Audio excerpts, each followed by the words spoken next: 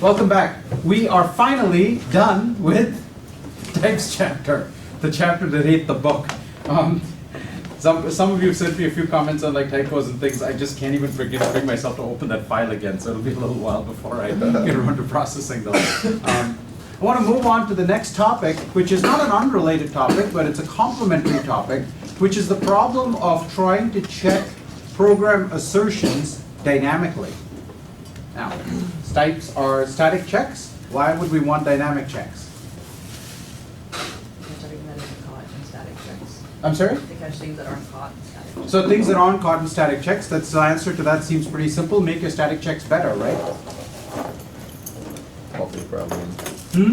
There's some things that there's things we can't do. There's actually something called Rice's theorem.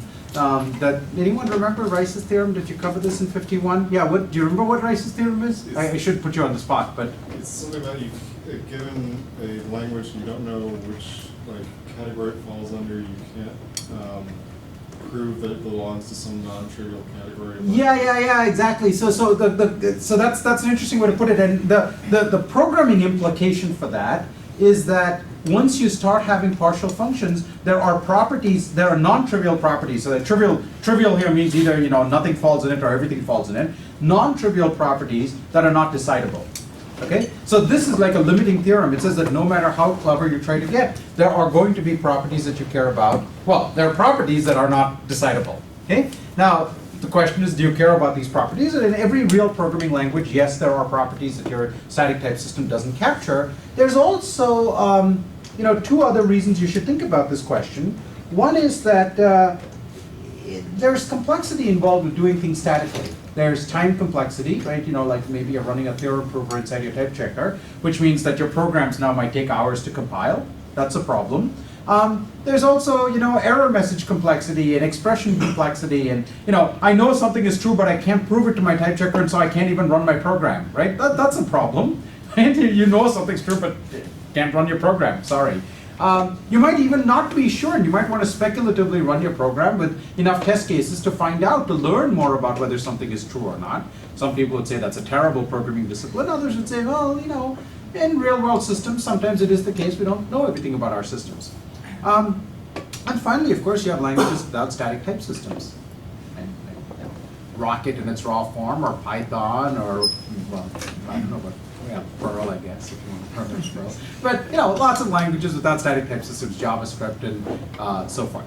Now, of course, some of us are trying to fix that, if you want to think of that as a fix, but these languages exist and will continue to exist, okay? So, we need some mechanism of runtime assertions. Now, how many of you have programmed with an assertion library in C, for example? Yes? Yes? Raise your hands, Okay, that's it? Assertion library in any other language other than C? Assertion library? Most of you, I hope? Okay, good. So you're used to assertion libraries, right? You're used to being able to write various forms of assert statements. For example, there's a new programming language, because there's one out every week. This is a language called Salon, and Salon, for example, has a whole blog post about its assertion language. Okay? And here you go. You can say like assert exists arg, and assert is person, and so forth. Okay? It's an assertion library like every other assertion library out there. Okay? What I want to do today is I want to talk about assertion libraries in more detail. If I can get my...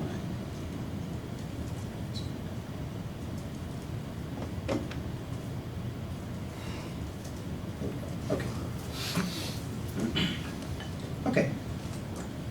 So we're used to assertion libraries where we write some sort of statement like this: assert something equals something, or something is something, or whatever. And there's no limit to the kinds of assertions we might want to write.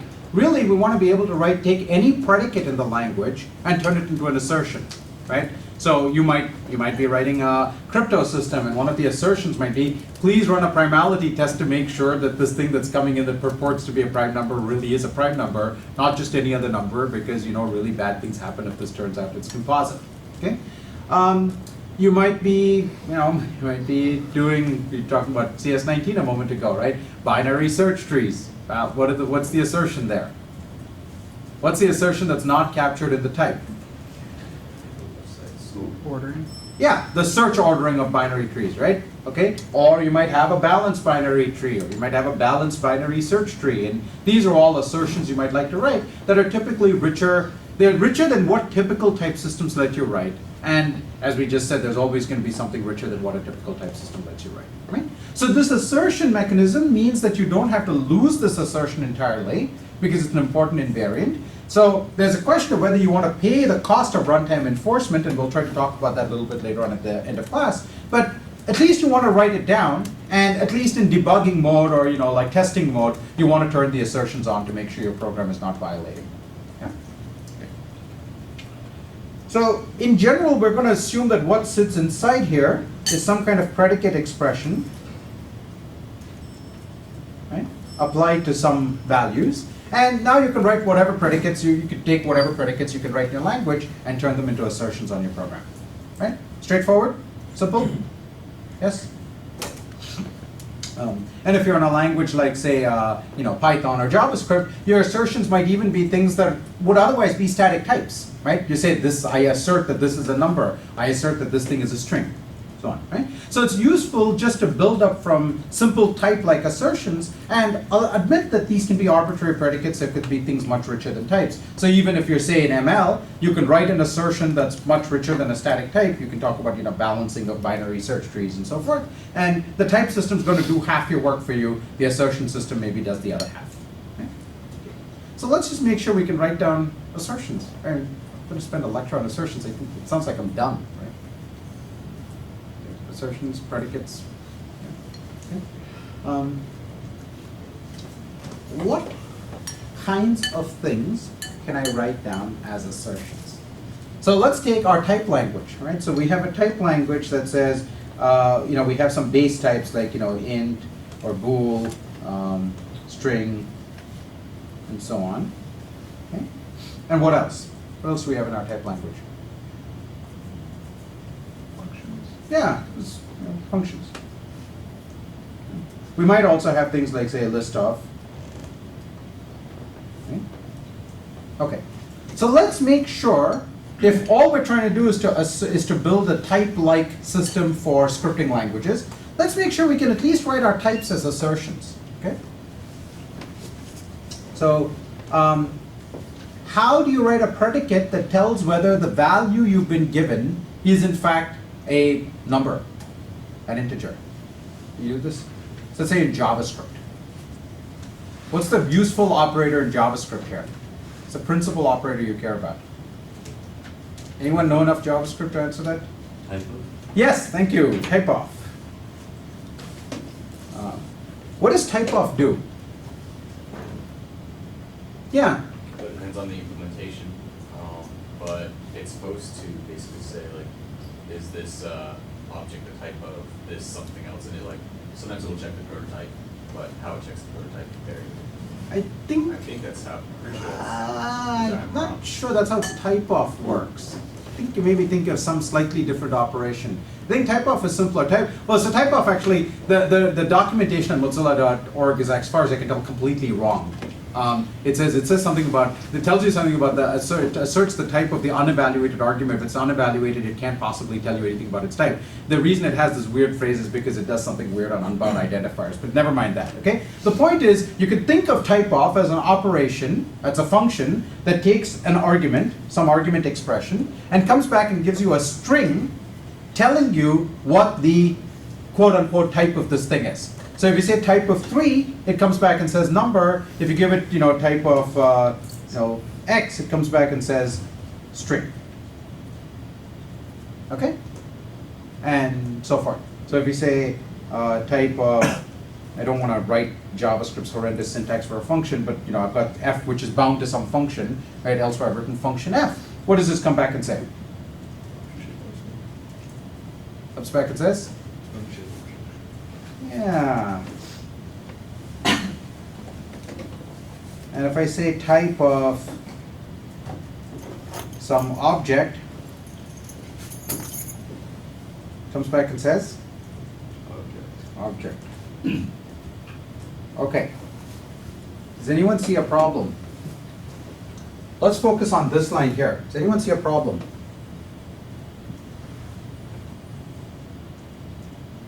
if I had object types in my language, right? What would my object types look like? They would look like field name is some type, and so on, right? Collection of names and types. What's the difference between this and this? Yeah. Inner types that don't, or you don't have any inner type, so it's or any number. In fact, even more, right? I've lost all structure. Yeah. I have no structure whatsoever left. So here I have a richly structured piece of information about what this value is, and here it simply says, I'm an object, that's all I can tell you about it. Okay? Now, it turns out that in JavaScript you can do a little better, because since it's an object is really a dictionary, you can say, give me all of the fields in the dictionary, so now you can get names of you can get all of these ends, right? And then you can recursively walk each of these ends and ask for its type of, and you can eventually build up the same information that's over here, right? So JavaScript gives you enough like reflective information that you can go and build this back up.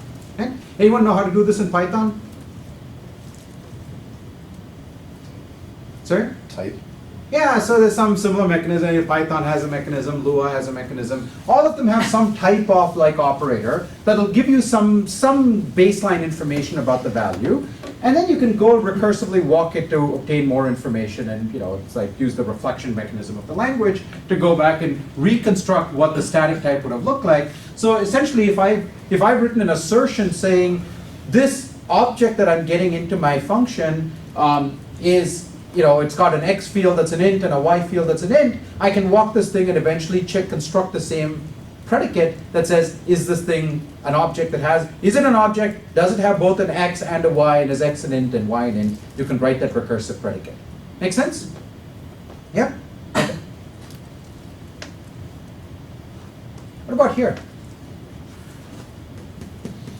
And same for like lists and things like that. What about here?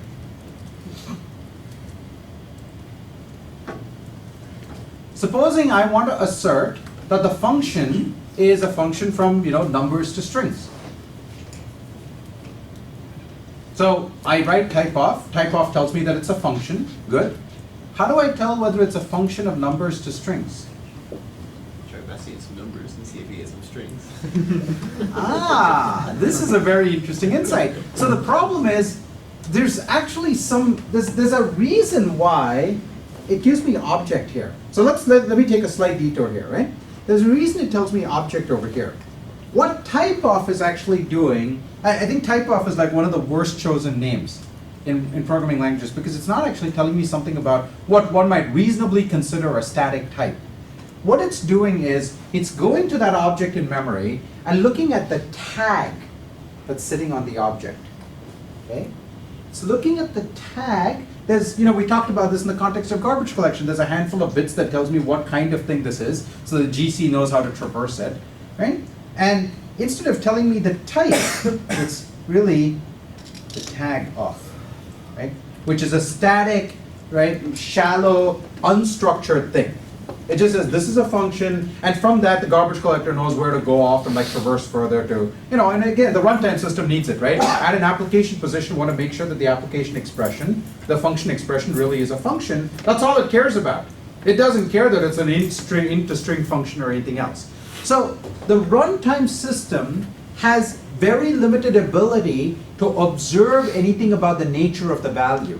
It can only perform like immediate observations on the nature of the value. It cannot perform deep structural observations. Now, sometimes we can recover this, like in the object case, where we have a reflective mechanism that lets me walk the object and get all of the field names, etc., etc. But in other cases, there's just nothing I can do. I mean, I've got a function. What reflection are you going to perform on it, right? I've just got some bits in memory. Right? When the instruction pointer happens to point to that set of bits, will go off and actually be interpreted as executing something, and hopefully that was what you intended, and somebody hasn't like compromised your virtual machine or something, right? But that's all you have. You've just got bits in memory.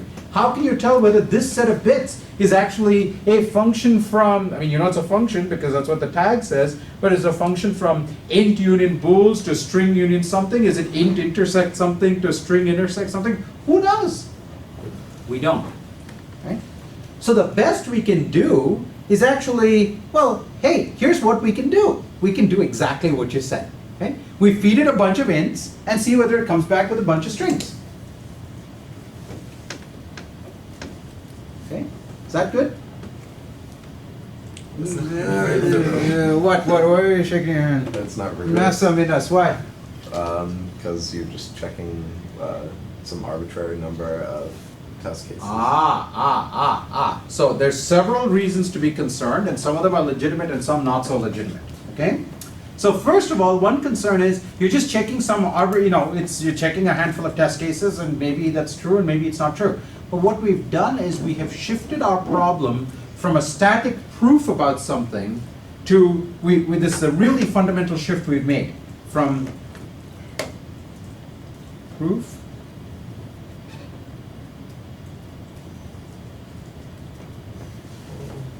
okay? We're living in a Popperian world. We no longer have the ability to prove that something is in fact a numbered string function or something like that. If we need that, we have to shift that back into the static type system. When we shifted runtime assertions, we can only make a statement that says, so far in the program's execution, we have not observed any violation of this claim.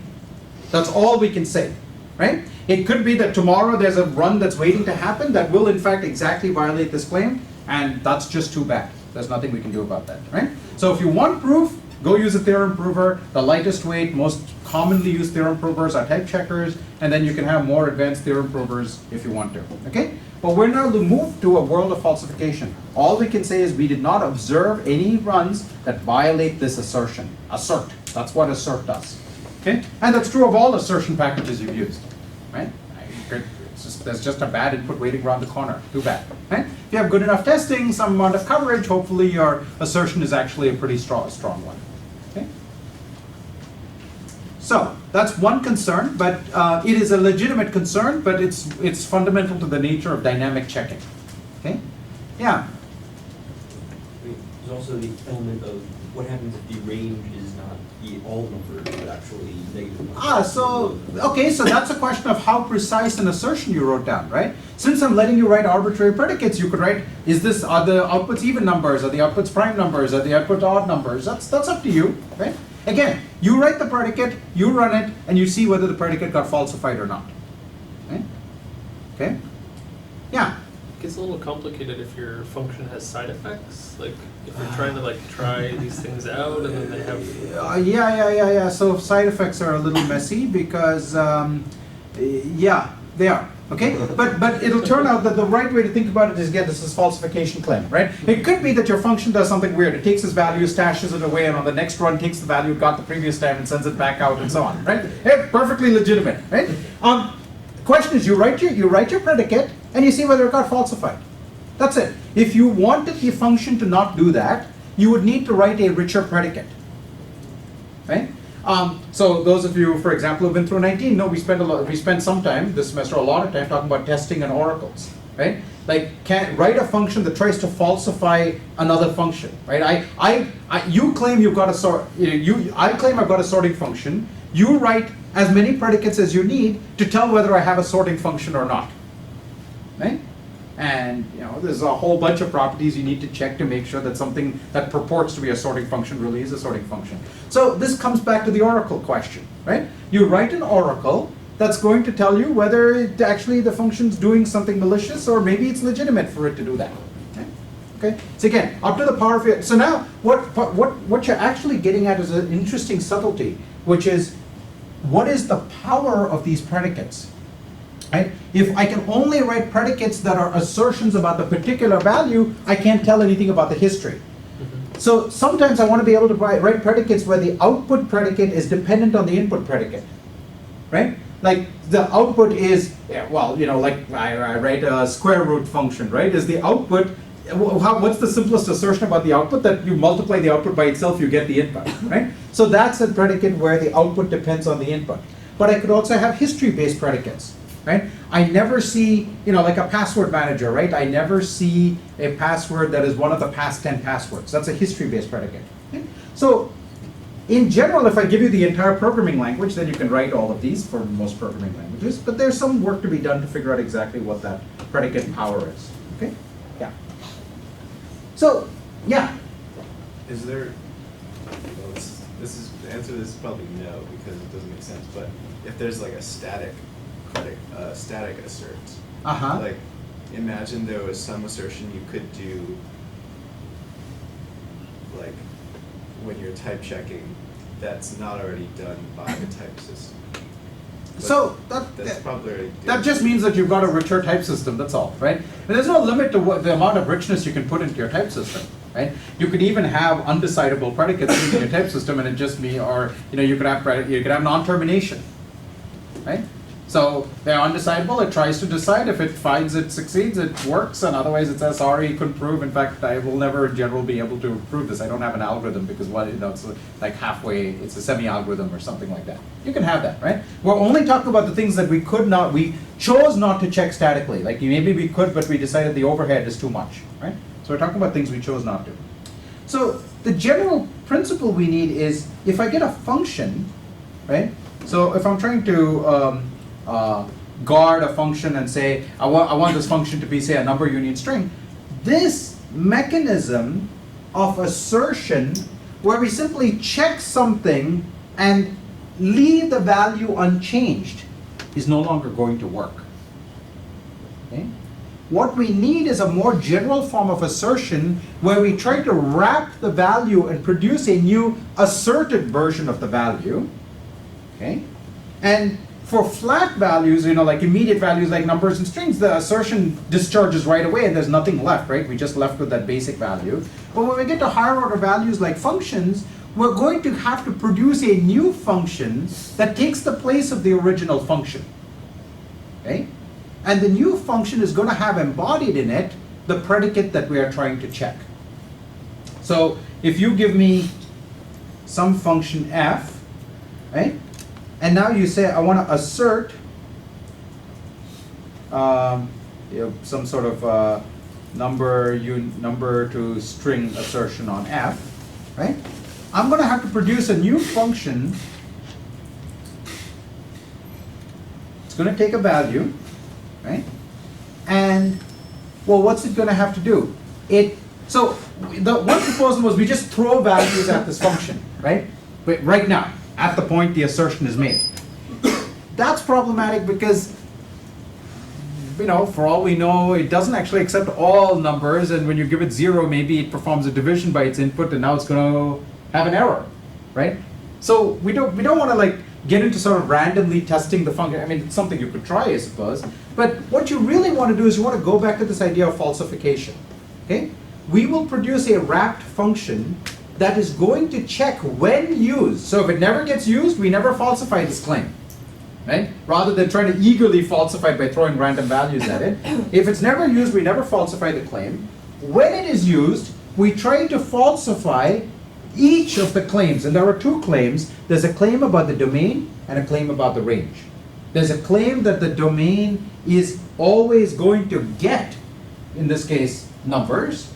And there's a claim about the range, which is the function, when given numbers, will always produce strings, right? So we want to produce a function that is a surrogate for the original f that will check each of these assertions. So we want to essentially produce this new function that takes the same arity, so let's just assume they're single argument functions, okay? So it takes lambda b, and it's now going to assert string of the result of calling f on asserting number on the input v. You see that? So what's gonna happen? Previously I was gonna call f. Now I'm gonna call this asserted value of f. That's a function, takes an argument. It's gonna say, let me first make sure that v truly is a number. Now we're relying on this very nice property that for these immediate things like functions of like numbers and strings and so forth, what do we do to assert it? We check it, right?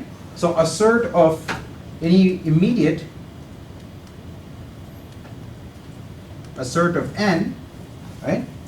Applied to some value v is basically if number of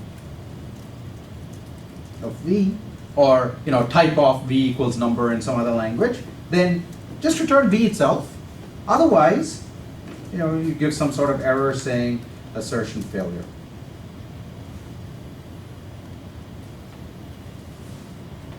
Okay? So this has the virtue that so notice a very interesting property here. The assertion mechanism is essentially an identity function. Okay? It's essentially an identity function, except it might return an error if the assertion fails. So on a program where there are no assertion failures, the behavior of the program is exactly identical to what it was before. Now, there's a caveat, there's like a big, star sitting on, asterisk sitting on top of that, and I will tell you what that asterisk is in a moment, okay? But the idea is you want the program to behave exactly as it would have before if you turned off all the assertions, right? Which is why in a production system, maybe you don't want to pay the cost of the assertions, you do turn off all the assertions. But the only difference in behavior will be a failure of assertion, which of course is exactly a difference you want to know about. Okay? So here, if I assert that V is a number, and if V truly is a number, I'm going to get the actual value V back, right? So now I'm going to apply F to it, and I'm going to assert that the result is a string, and if F really does produce a string, then the whole thing is going to produce F applied to V, so this becomes equivalent to lambda V F applied to V, which is equivalent to F. Okay? So, we're talking now about an assertion mechanism, and there's a name for these things. These are now called contracts. Okay? That is unlike the assertion mechanisms you have used, in that it also lets you make higher order assertions, not only flat assertions. Okay? But the important thing about it is it's actually a generalization of what you had before. This is what you had before. This is the flat assertion mechanism. Right? Check the value, and if it succeeds, pass the value on, otherwise signal an error. So it's a natural generalization, so it simply makes a more powerful assertion mechanism than what you had before.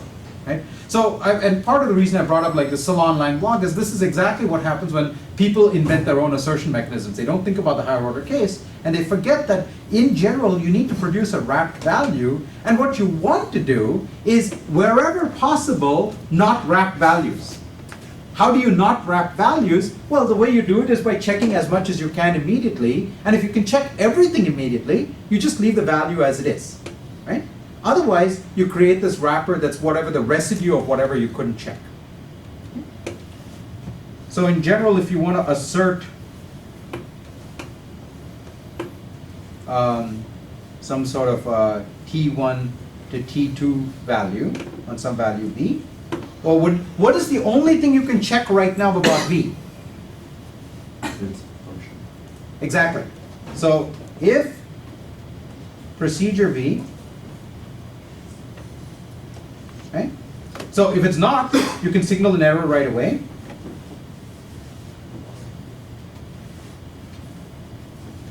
Right? Otherwise, what do you want to do? You want to assert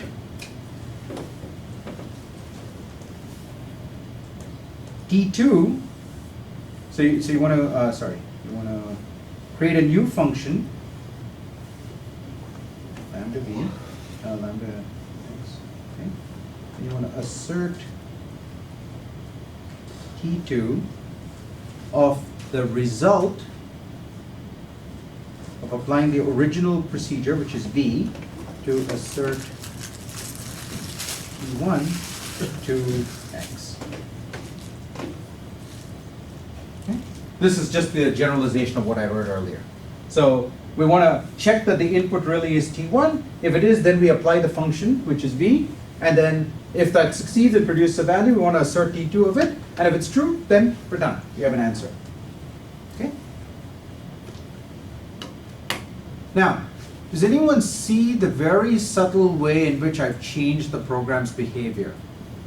There's actually two subtle ways, but they're subtle. Yeah. Well, I don't know if this is right, but It's okay. The else, shouldn't the else and the then be the same type? Oh, well, so we have this nice property that error is whatever type you want it to be, right? It's polymorphic so that it matches up with everything else. Good try, good try. Good, good. You're thinking hard, good. Yeah. Does V take in a type or a member of a type? Which V are we talking about now? The procedure V. Does procedure B Yes. over here? Mm-hmm. Well, it takes elements of that type because assert good eye. But what assert T1 does is it's going to check this assertion of X, right? And particularly if T1 is a flat value, if X passes a flat assertion like number, string, something we can check immediately, then it's going to check that X is a T1, and then it will truly get the same value X will go into V. Okay? Now, if T1 is itself a higher order thing, we will get one of these wrapped procedures, but it's a procedure and, V was expecting a procedure. Is this CPS? Looks like I guess I'm confused about where X is coming from. Right here. So let me do it through the concrete example over here. How about we do this one over here? Let me call this X just so we're using the same letters in both cases.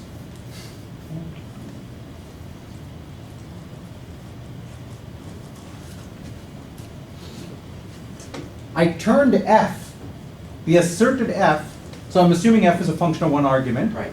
I turned it into a function of one argument, lambda X. Mm-hmm. I'm going to assert, so I wanted to guard this with number to string. Mm-hmm. So I've asserted number of X, right? Assuming that succeeds, X truly is a number and it gets passed to F. Right. Which produces a value which gets, okay? So that's what X is. Mhm. X is now the name of the argument for the surrogate function that is the wrapped version of the function I had before. Right. I guess I'm curious about where that argument is passed in when that lambda is actually called. So if you use assert n to s of f in your code, Uh-huh. you're not necessarily passing in a specific value. You're just passing in assert n to s of a function. So this is taking the place of wherever I would have written F before, okay? I So see. for, Okay. good, okay, now I understand what's going on. So for example, I might have written, define guarded number to string, right? To be assert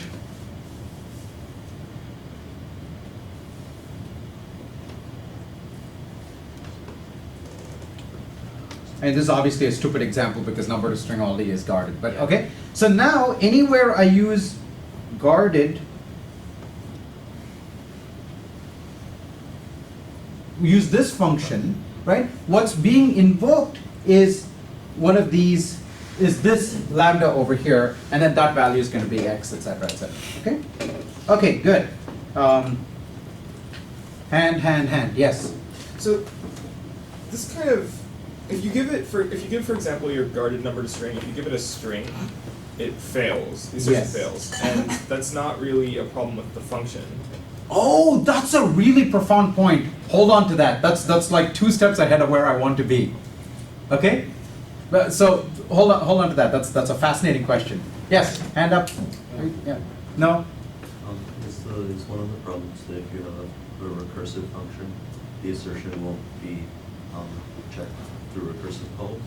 No, recursion works out. The problem is the real problem with recursion is I have this assert check waiting on the result. And so tail calls end up getting screwed up if you're not careful. Okay? So I'll let you think about the tail call problem. I'll tell you the other problem because it's really subtle. Did you have a hand up? Or depending on how complex your asserts are, you end up changing the complexity of the. Oh yes, I'll get to that in a moment. Okay, that's even more profound. But here's an even simpler problem. Previously, I had this function f, right? I now created this new function, so they no longer eq. So the problem is languages give me too few checks, too few abilities to observe things at runtime. Like all I can tell is that it's a function, not what kind of function it is. But they also give me too many. I have all these mechanisms like eqness that reveal things about my implementation state. So now I can tell, oh, like if I were doing this in a security context and if somebody had access to the original function, they could say, is this eq? No, it's not. Aha, I must have gotten a wrapped version of the function. That means I'm not being trusted right now, so I should behave properly. And then when I get the unwrapped version of the function, I can do something malicious. Right? So, yeah, eek is just bad. We can't live without it, we can't live with it. Right? It's the bane of this sort of thing. So those are the two subtle things. But complexity, and I want to get to your point in a moment because it's even more profound. But the complexity argument is a very real problem, right? So let's say I've got, let's go back to balanced binary search trees, right? I need to tell whether something is a balanced binary search tree, I need to walk the tree. Well, the whole point of, say, using a balanced binary search tree is to get like logarithmic time behavior. And if the act of calling this thing with a balanced binary search tree is going to walk the tree, I've turned my logarithmic into a linear. Not good, right? So there are some things you can do to mitigate it. For example, one thing you can do is you can put a little token on every subtree saying, I have checked the following contracts on this subtree. Right? These assertions have not been falsified on this subtree. Now, this doesn't work if you write like arbitrary, history-based assertions. This can get really messy. In fact, I'm not sure you can do it. But certainly for nice functional assertions, right? You could put a little token on the tree, or you can, alternatively keep a hash table or something. And now when you get to the subtree, you can ask, has it already passed this assertion? And if so, I don't need to check it again, right? So eventually, sort of, you build up this invariant about your tree, and now you get the top level, and your entire tree has been blessed. So now when you make this call and you say, insert an element, it says, has this tree been blessed? Yes, it has, so I know that the precondition has already been satisfied. I don't need to walk the whole tree and check it again. Okay? So there are some, it's like a memoization, essentially, of the assertion check. And so you can do things like that, and you can mitigate the performance, but not in general. But in many useful cases, you can mitigate the performance problem that way, right? And just as you remember, memoization can potentially reduce the big O complexity of computation. Here's a case where memoization does exactly that, right? It reduces the big O complexity back to the one you wanted it to be. When you have mutation, you have to worry again, because all mutation operations need to go and reinstall the assertion there, check the assertion and reinstall it and set up things, okay? But this question about, so state your concern again about the string problem, because this is fascinating. Let's go back to this example over here. Yeah, but when you, if you try to assert that a function types properly and you give it the wrong type, it'll fail. Yeah. Even though it's not really a problem with the function type. Yeah, so for example, over here, I've asserted that f is numbered a string, okay? And I leave this asserted function around, and somebody eventually uses it on, they send it a Boolean, right? This is going to cause an assertion failure, right? I mean, that's literally what the code says. This is going to cause an assertion failure. Whose fault is that? So there's two different issues going on. One is, did the assertion fail? And second is, who should be blamed for it? Okay?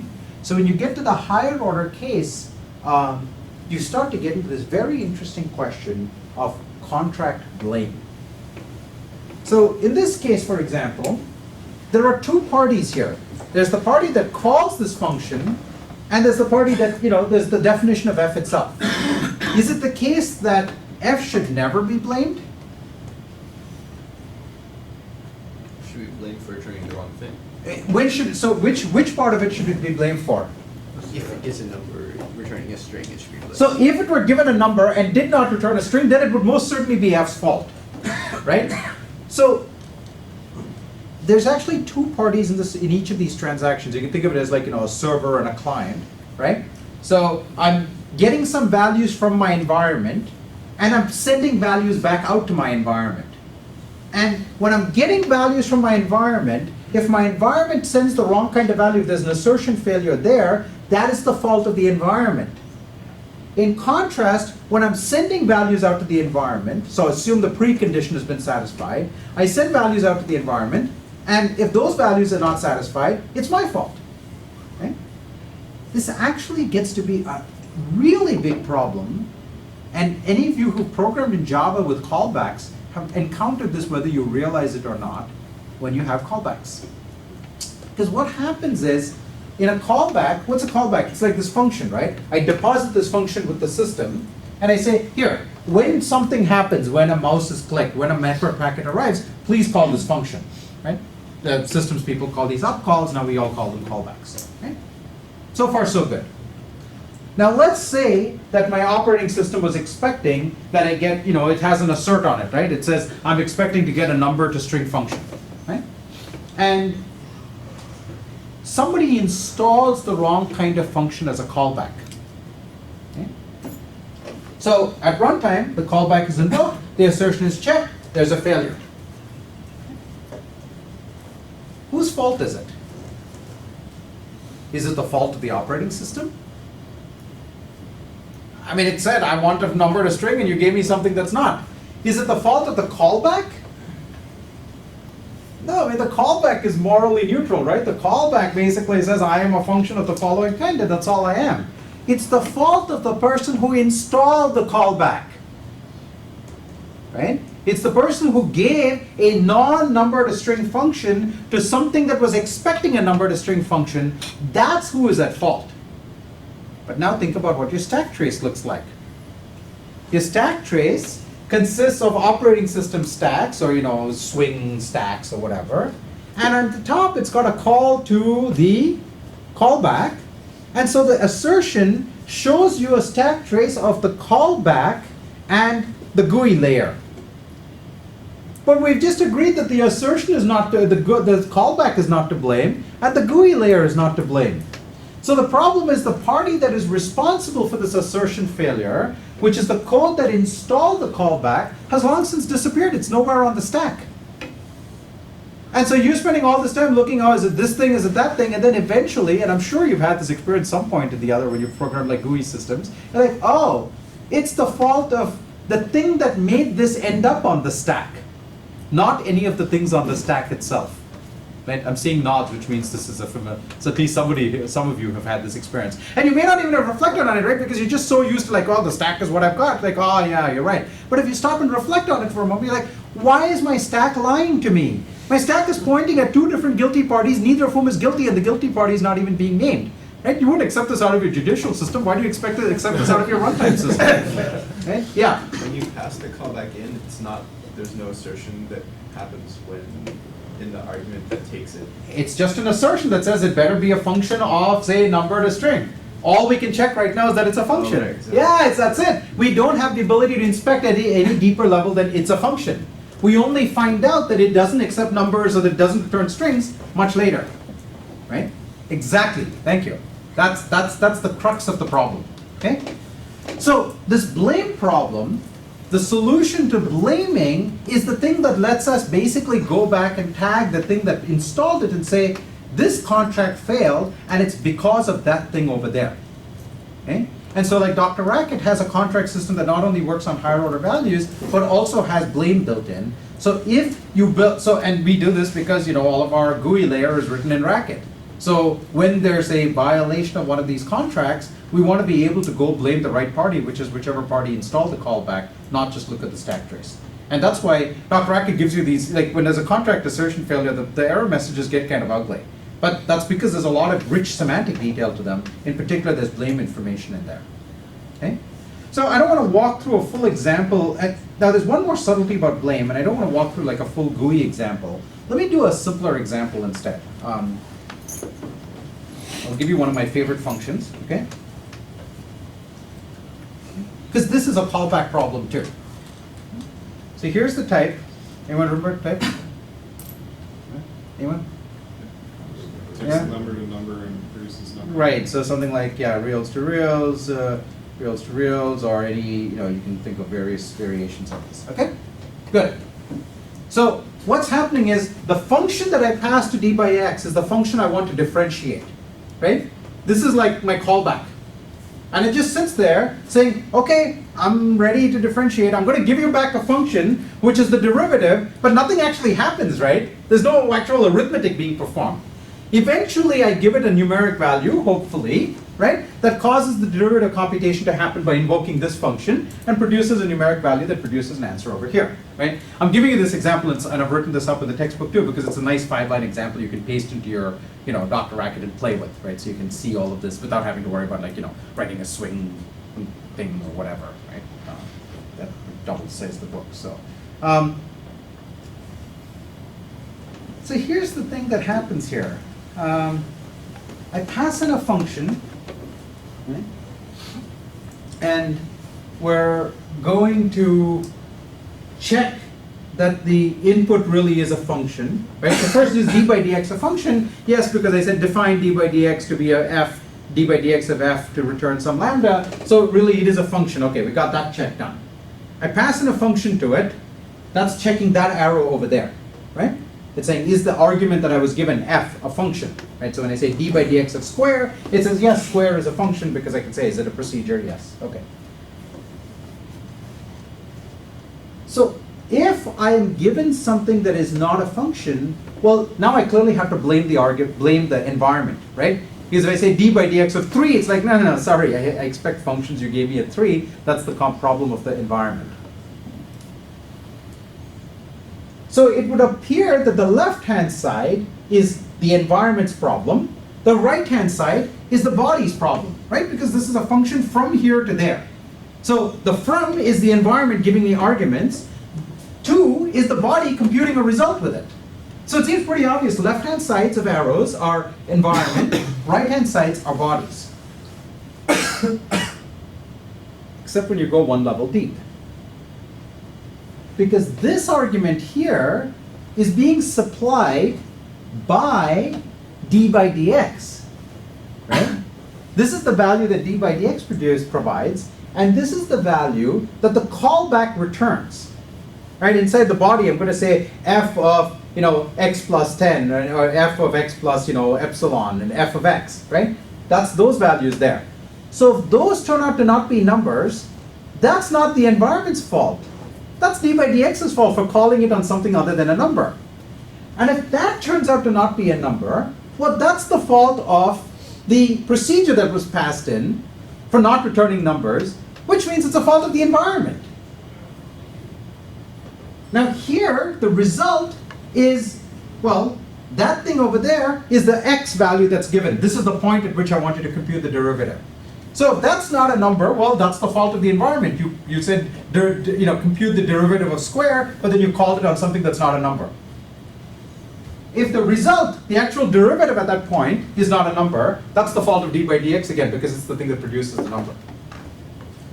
So when you're ascribing blame, you start off by saying the left-hand side of an arrow is the fault of the environment. The right-hand side of the arrow is a function. But when you recur, you flip the domain and range. Every time you recur on the left, that is, you flip the domain on the range. On the right, you stay exactly as you are. Does that sound familiar? You flip something on the left-hand side of arrows and you are contra, yeah? And then every time you go one level, so if this thing had an arrow over here, it would be the same, the blame would go the same way as it does for the whole expression. But if this thing had an arrow over here, you would flip one more, and one more, right? So what it's saying is, once you bring a function inside, then the thing that was the receiver now becomes the producer, the thing that was the producer now becomes the receiver, right? And that's exactly how functions work. So once you understand, and the great thing is we don't usually write functions, with arrows nested like 3-4 levels deep. So once you understand this example over here, you can start to, you've basically got like 90% of the cases, or 95 or 99% of the cases covered, right? And the important rule is, on the left-hand side, you flip the sense if there's an arrow, and you do that recursively all the way down. And now you can actually do correct blame assignment. And I encourage you to go try this out and try it out with a few examples, and then start thinking about the callbacks you write, because they have that same pattern, right? I mean, so the callbacks don't usually have this part of it, but that's not where the interesting part is. The interesting part is right here. Okay? Good. Any questions? And I mean, part of the reason Racket's kind of fun is because it actually has this entire contract system built, and it actually does blame assignment. So if you feel like experimenting, go read the docs on the Racket contract system. You can take any predicate and turn it into a contract. It has union contracts, intersection contracts, has dependent contracts, which are contracts where the output depends on the input. You can have all the fun in the world. And it's also fun to go read some of the Racket source, and you can see like some of the contracts there, because like all over the Racket GUI system there are contracts. So it's pretty cool. We wouldn't be able to live without it. Good.